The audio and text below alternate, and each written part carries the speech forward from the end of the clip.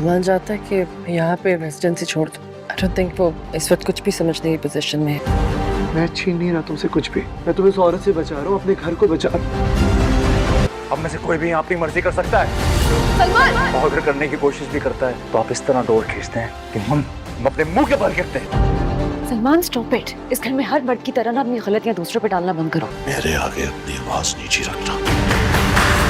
सानिया अब ये residency continue नहीं करेगी। मेरे गले पे इतना पाँव ना रखो कि मेरा सांस बंद हो जाए। सलमान, हम सबकी किस्मत की डोर तो आप ही के हाथ में है ना। ये सानिया का फैसला है।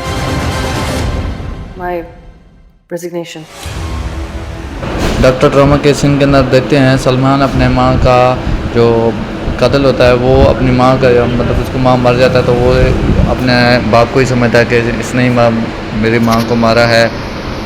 और इस तरफ फिजान अपने भाई को समझाएगा कि तुम्हें ये घर छोड़ना नहीं चाहिए, लेकिन सलमान बोलेगा कि मैं अब इस घर में नहीं रहूँगा। लेकिन जो सलमान होता है वो अपने भाई को समझाता है कि माँ के जाने के बाद अब हमारे बाप को ही हमारी ज़रूरत है, बेहतर है कि हम ये घर ना छोड़ें। अब सलमान अपने भाई को समझाएगा कि नहीं भाई, जो हमारे बाप है ये अगर हम ये घर छोड़ भी सब भी चले जाएं फिर भी हमारा बाप खुश रहेगा, तो बेहतर है कि मैं तो जा रहा हूँ, आपकी मर्ज़ी है। लेकिन जो फिजान होता है वो भाई को समझाता है कि भाई देखो मैं भी अब्रॉड जा रहा हूँ, अगर आप भी ये घर छोड़ दोगे तो पीछे के मामला बहुत ख़राब हो जाएंगे, बेहतर है कि आप अभी अब्बू के साथ रहें। लेकिन सलमान एक ही बात पे अड़ा होता है और वो बोलता है कि नहीं, मैं अम्मी भी इसी वजह से चली गई हैं इस दुनिया से, तो इस वजह से मैं अब इस घर में नहीं रह सकता।